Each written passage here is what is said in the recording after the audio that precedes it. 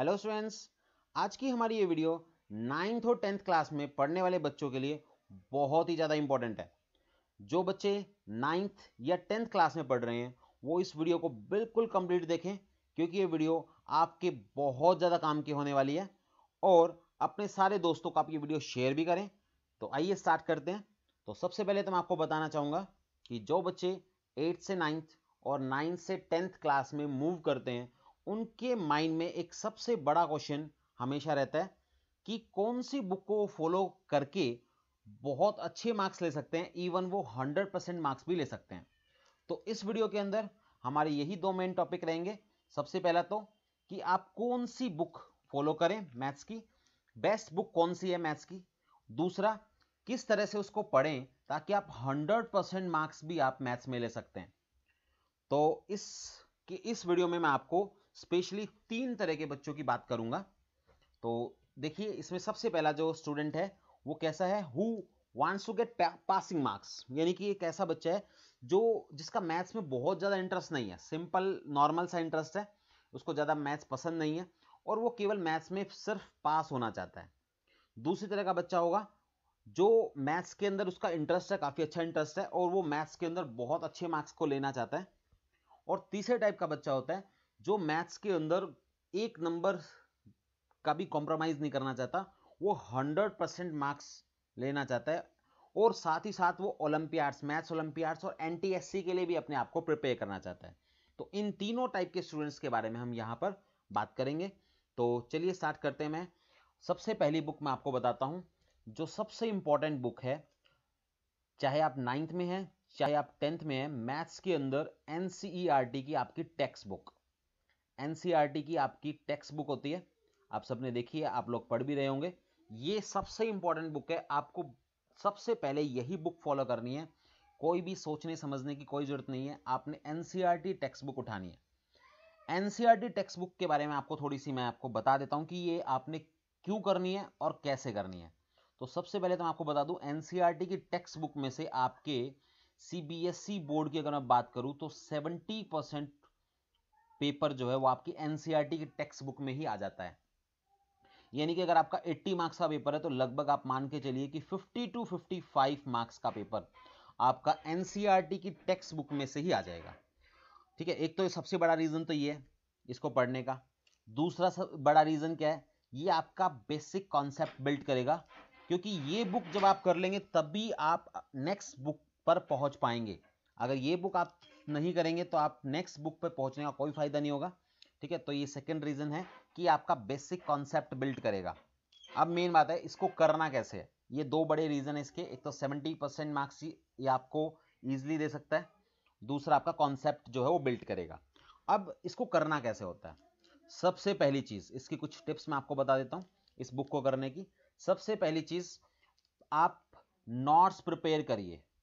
ठीक है, short notes prepare करिए आप। इस बुक के बेसिक कॉन्सेप्ट से स्टार्ट करिए आप।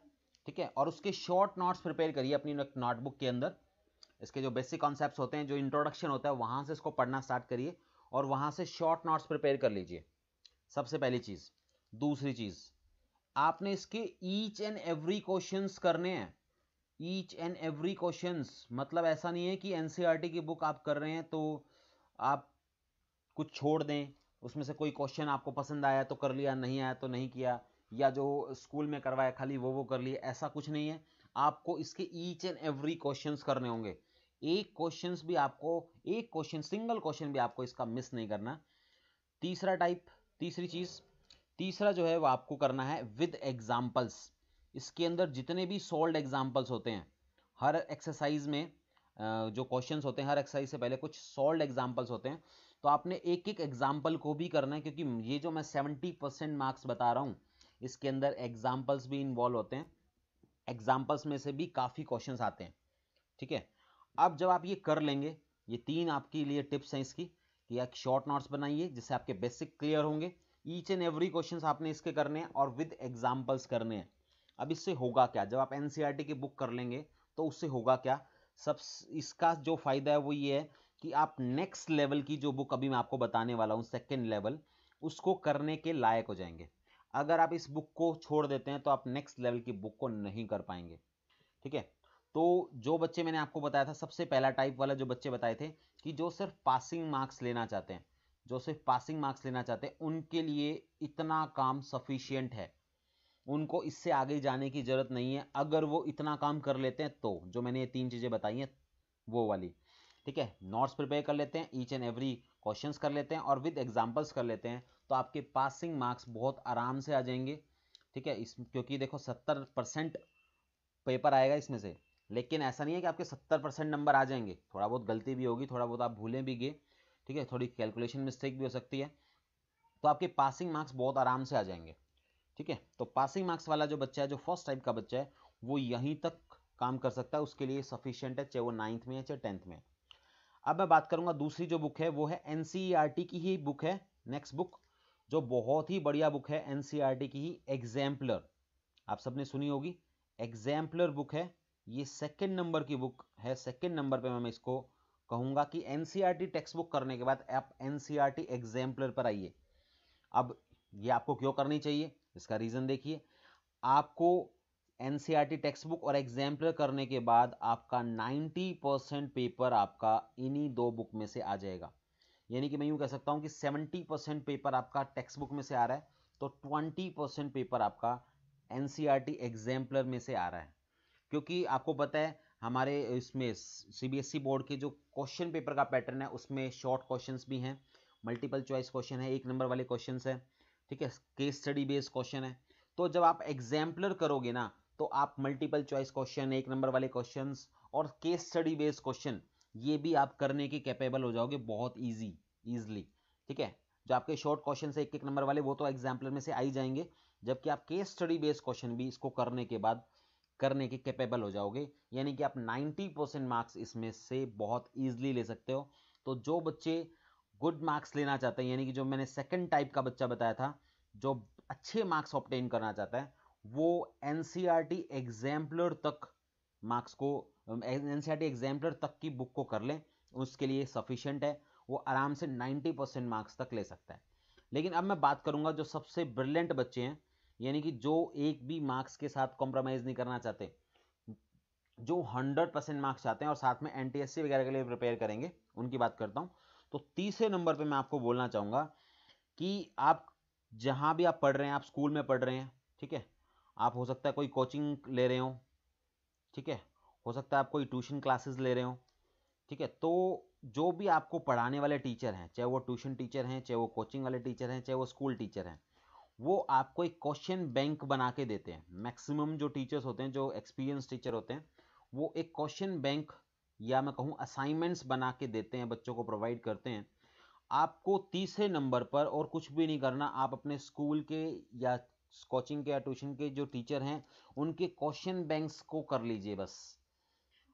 अगर आप उनके क्वेश्चन बैंक्स को कर लेते हैं, तो आपके 100% मार्क्स कहीं नहीं जाने वाले, क्योंकि जो टीचर्स, एक्सपीरियंस टीचर होते हैं, जो क्वेश्चन बैंक बनाते हैं, वो इसी तरह से प्रिपेयर करते हैं कि जो बच्चा एनसीईआरटी टेक्स्ट बुक कर चुका है, जो बच्चा एनसीईआरटी एग्जाम्पलर को अच्छे से कर चुका है, वो उनके इन क्वेश्चन बैंक्स को बहुत अच्छे से कर लेगा, ठीक है, और उसके 100% मार्क्स बिल्कुल ईजिली आ सकते हैं।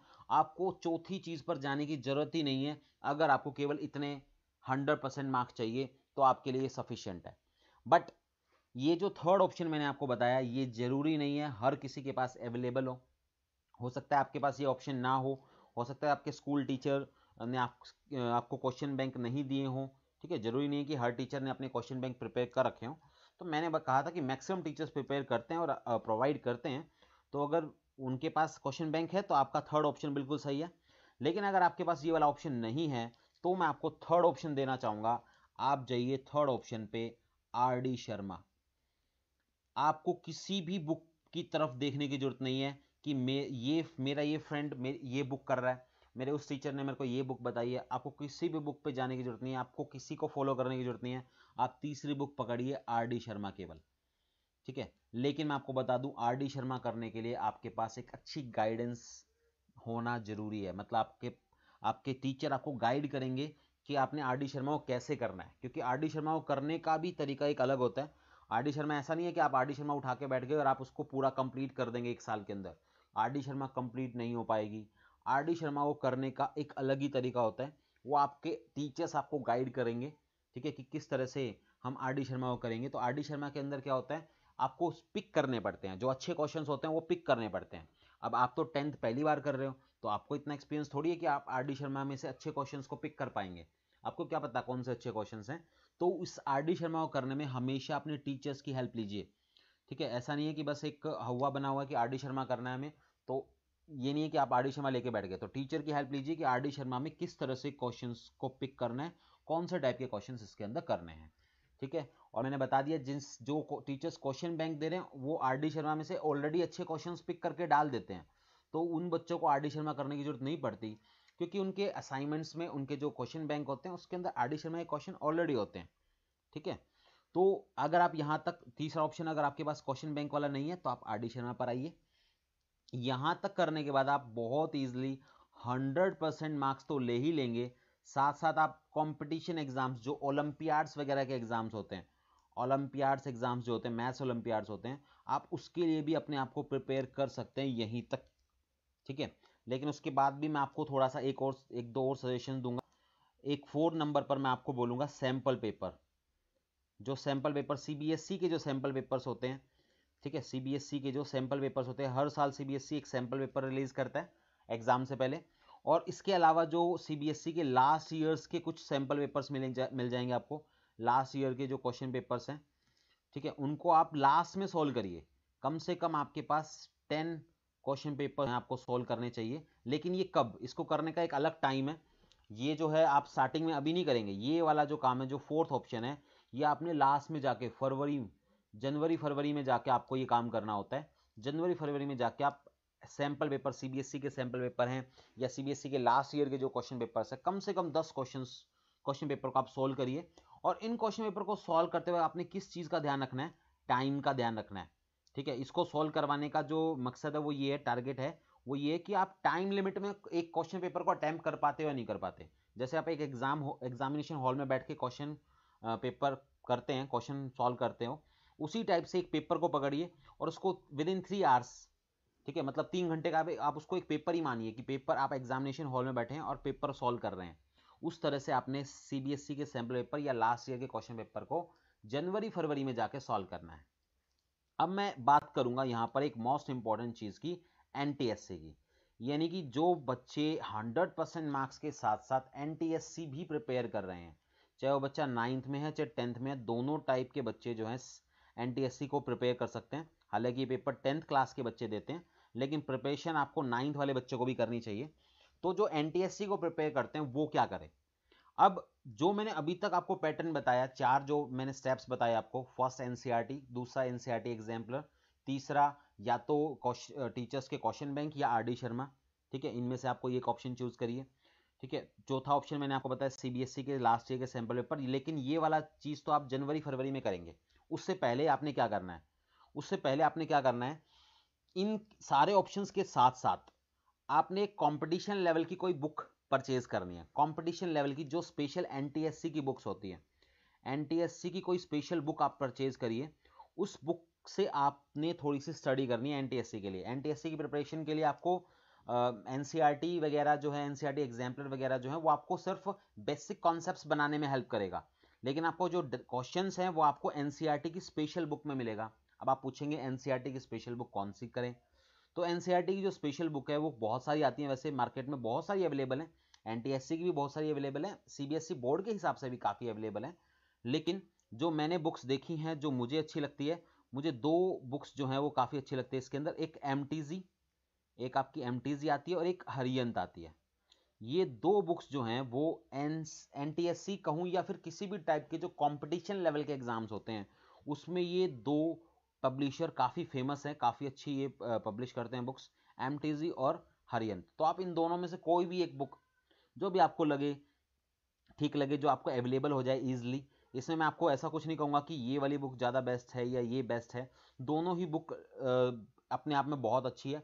आप किसी भी बुक को कर सकते हैं, परचेज कर सकते हैं। आपके अवेलेबल होने के ऊपर डिपेंड करता है, जो अवेलेबल हो जाए आप उस बुक को करिए एनटीएससी के लिए। अच्छा, अब कई बार बच्चे मेरे से पूछते हैं कि सर एक ही बुक बताइए, आपने तो 2 बता के हमें कंफ्यूज कर दिया कि इन 2 बुक में से हम कौन से लें। तो अगर इस तरह आप मेरे से चाहते हैं कि दोनों में से एक ही बुक बताऊं, तो देखो वैसे तो ये थोड़ा सा मुश्किल है इन दोनों बुक में से किसी एक बुक को बताना, फिर भी अगर मुझे बताना ही है तो मैं MTZ को जो है वो प्रेफरेंस दूंगा कि आप MTZ की बुक से NTSC की प्रिपरेशन कर सकते हैं। तो इस तरह से मैंने आपको इस वीडियो के अंदर लेवल बताया है कि फर्स्ट टाइप का जो बच्चा है वो NCERT तक करिए, वहां पर आपका 70% या थोड़ी बहुत गलती होने के बाद 50 से 60% नंबर आप इजीली ले सकते हो। दूसरे टाइप का बच्चा जो अच्छे मार्क्स लेना चाहता है वो NCERT एग्जाम्पलर और इनको कर सकता है, इससे ही उसके काफ़ी अच्छे मार्क्स आ जाएंगे। और जो ब्रिलियंट बच्चा है, जो ज़्यादा एक्स्ट्रा ऑर्डिनरी, जो 100% या 98 99 इस तरह से नंबर्स चाहता है, वो थर्ड ऑप्शन मैंने बताया, या तो टीचर्स के क्वेश्चन बैंक वरना RD शर्मा। और साथ साथ जो लास्ट में CBSE का जो सैंपल पेपर है वो सबको ही सॉल्व करना चाहिए। ये जो फोर्थ ऑप्शन है ये सबके लिए ही है, चाहे वो बच्चा फर्स्ट लेवल हो, चाहे सेकंड लेवल, चाहे थर्ड लेवल।